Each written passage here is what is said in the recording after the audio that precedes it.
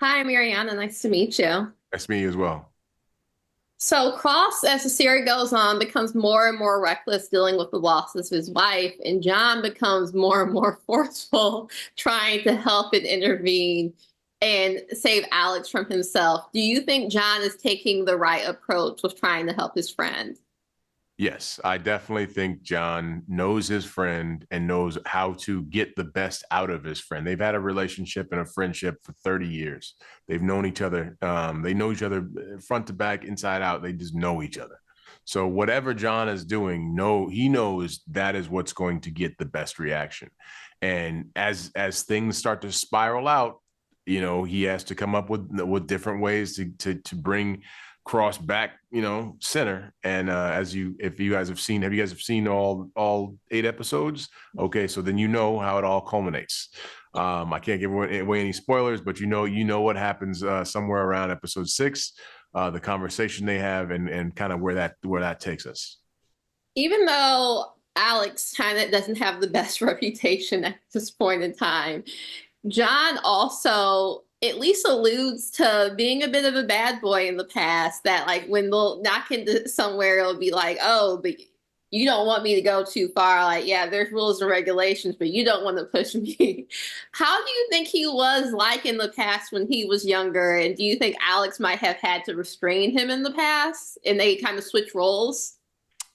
I think that they both experienced both sides of those personalities. They both had their moments where they blown up. They both had their moments when like one had to pacify the other one, had to talk the other one, off a cliff or off the ledge, whatever it is. I just think they're two friends that have experienced pretty much everything together, so they know how to interact with each other.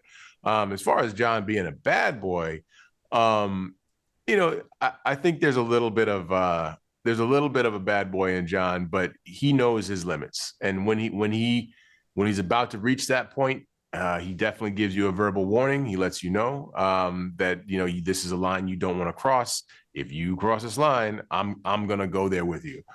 He says it a couple times in the show. But yeah, there's definitely a little edge to him. But like you said, he tries to keep. He's like Bruce Banner. He's like, you wouldn't like me when I'm angry. John also got to see the death of Alex's wife. How do you think that affected him? We see how it affects Alex, but we don't really explore how that affects John. How do you think that affected him?